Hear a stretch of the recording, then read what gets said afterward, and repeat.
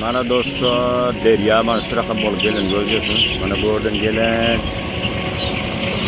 mana Enver Vayı uyuyan, Enver Vayı mana bu tarafta işlavoti. Bu ber çıkaydan değil.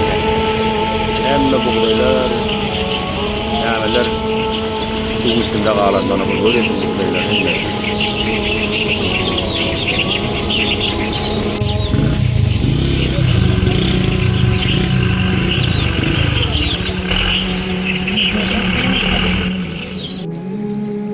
Mana dostlar, bu sahifalan oynayan, sahifalan oynayan. Beste mana şu ekişkarlık sular. Mana bir olsa derya oluyor bu çete.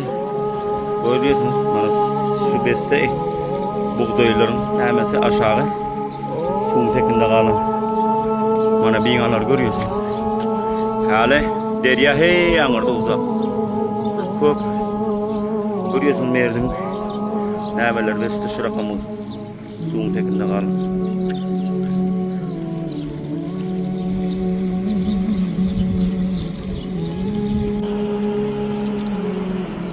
Dostlar derya şu deyip gelen bana. Kışlağı yetip degi vakti. O sahifalanın uyunu okan gittiğin. Orta gittiğin orta olmuş. Sırıga mayda altı.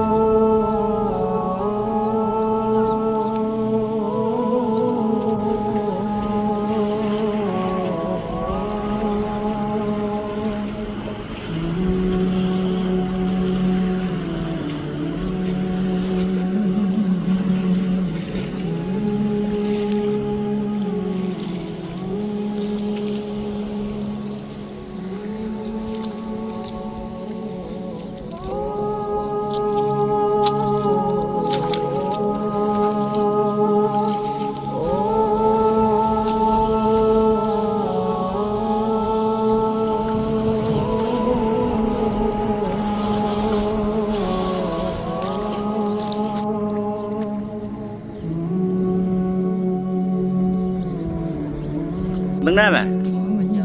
Muhammed Yakup. Ne işitiyorsun burada? Ne mi oldu bu ara? Deryan su şu adam geldi mi? Silen buğdaylarından bastı mı? Çıkardın Allah. Şu yerler sillerden mi? Aa böyle.